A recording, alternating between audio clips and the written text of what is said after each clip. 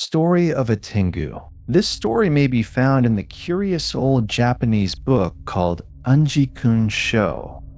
The same legend has furnished the subject of an interesting unknown play called Unshkur Dae, the Great Assembly. In Japanese popular art, the Tengu are commonly represented either as winged men with beak-shaped noses or as birds of prey.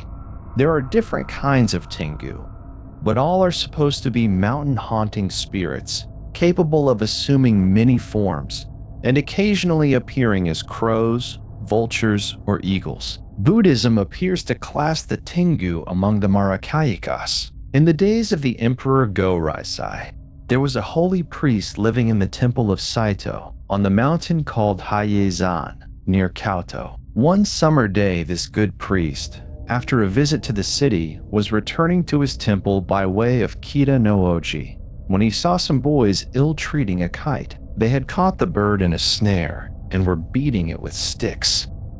"Oh, the poor creature," compassionately exclaimed the priest. "Why do you torment it so, children?" One of the boys made answer, "We want to kill it to get the feathers."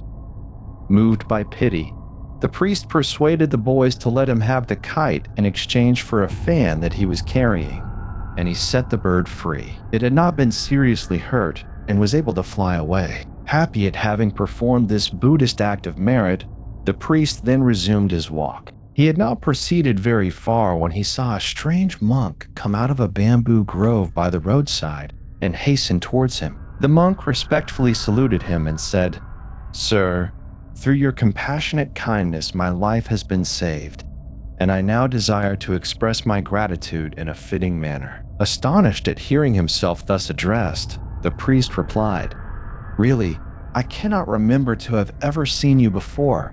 Please tell me who you are." "It is not wonderful that you cannot recognize me in this form," returned the monk. "I am the kite that those cruel boys were tormenting at Kita-no-oji. You saved my life, and there is nothing in this world more precious than life. So I now wish to return your kindness in some way or other. If there be anything that you would like to have, or to know, or to see, anything that I can do for you, in short, please to tell me.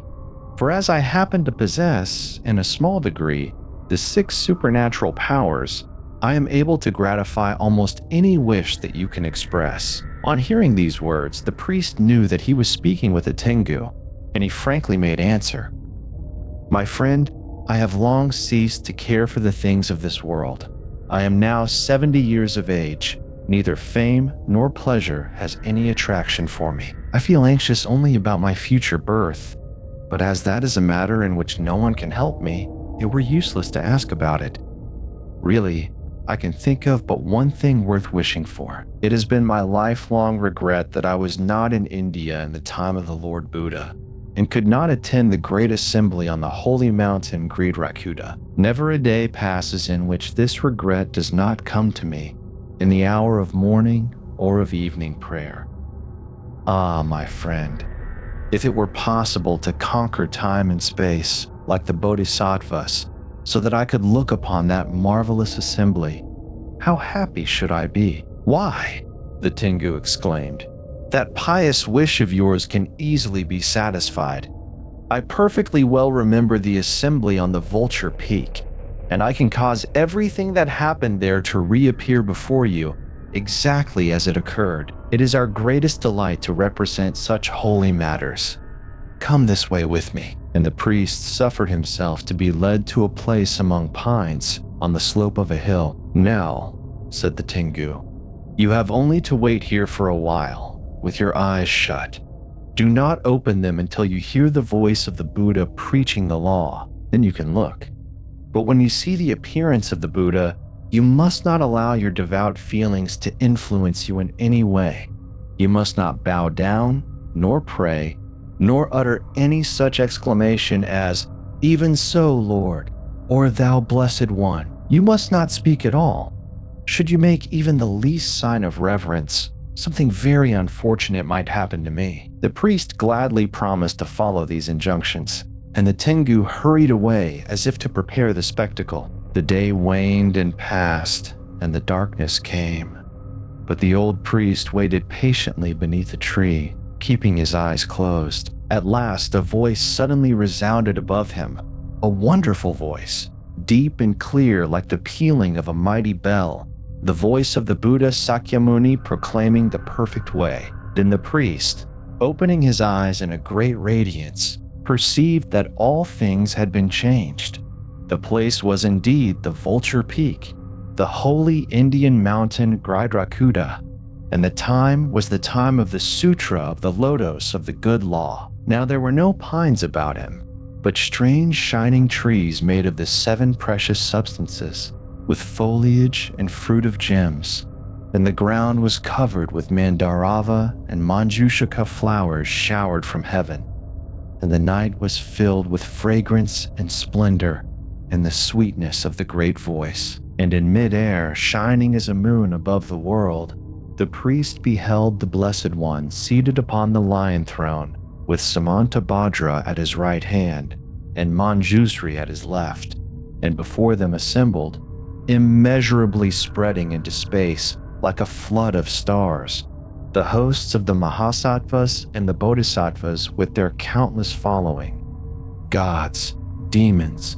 nagas, goblins, men, and beings not human. Sariputra he saw, and Kasyapa, and Ananda, with all the disciples of the Tathagata, and the kings of the Devas, and the kings of the 4 directions, like pillars of fire, and the great dragon kings, and the Gandharvas and Garudas, and the gods of the sun and the moon and the wind, and the shining myriads of Brahma's heaven, and incomparably further than even the measureless circling of the glory of these he saw, made visible by a single ray of light that shot from the forehead of the Blessed One to pierce beyond uttermost time, the 1,800,000 Buddha fields of the eastern quarter with all their habitants, and the beings in each of the 6 states of existence, and even the shapes of the Buddhas extinct that had entered into nirvana. These and all the gods and all the demons he saw bow down before the lion throne, and he heard that multitude incalculable of beings praising the Sutra of the Lotus of the Good Law, like the roar of a sea before the Lord. Then forgetting utterly his pledge, foolishly dreaming that he stood in the very presence of the very Buddha, he cast himself down in worship with tears of love and thanksgiving, crying out with a loud voice, "O thou Blessed One!" Instantly, with a shock, as of earthquake, the stupendous spectacle disappeared, and the priest found himself alone in the dark, kneeling upon the grass of the mountainside. Then a sadness unspeakable fell upon him because of the loss of the vision, and because of the thoughtlessness that had caused him to break his word. As he sorrowfully turned his steps homeward, the goblin monk once more appeared before him and said to him in tones of reproach and pain, "Because you did not keep the promise which you made to me, and heedlessly allowed your feelings to overcome you, the Gohotendo, who is the guardian of the doctrine, swooped down suddenly from heaven upon us, and smote us in great anger, crying out, 'How do ye dare thus to deceive a pious person?' Then the other monks whom I had assembled all fled in fear. As for myself, one of my wings has been broken, so that now I cannot fly." And with these words, the